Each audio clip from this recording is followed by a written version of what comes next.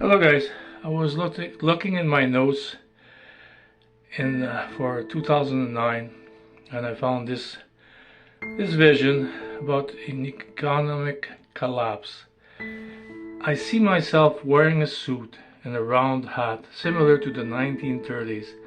I'm working on some kind of new invention, making final adjustments. Then I look up and see my wife walking up to me. She too is dressed like the 1930s with the elegant hat and veil and a real fancy dress. We are in the 1930s, just before the Great Depression. Nearby I climb a small hill. Right there is a park-like scene, a beautiful big pond surrounded by beautiful well-kept grass, just picture perfect. There are people everywhere in their Sunday best, with picnic baskets sitting on blankets, and on the pond many boats with people rowing slowly, enjoying the day. I look closely at the boats and they appear transparent.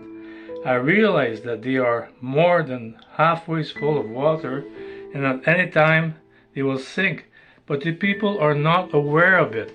Then in the back of me I overhear two men in charge nervously saying, "Time is getting critical. Already there are too many people on the streets with rifles. We don't have much time until we will lose control."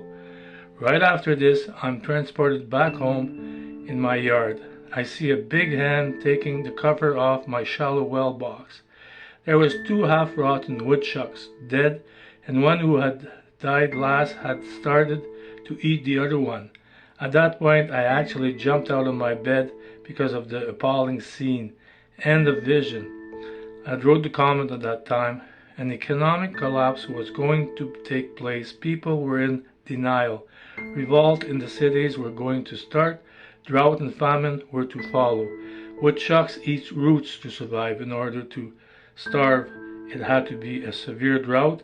And woodchucks are not meat eaters, so I think you get the picture.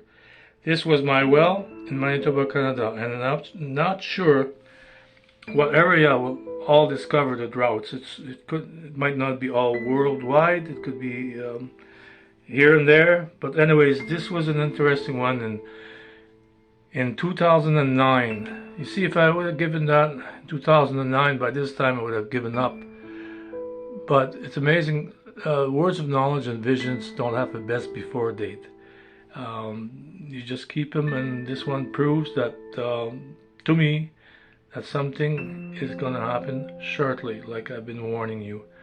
So I thank you for listening. God bless, and we'll see you again.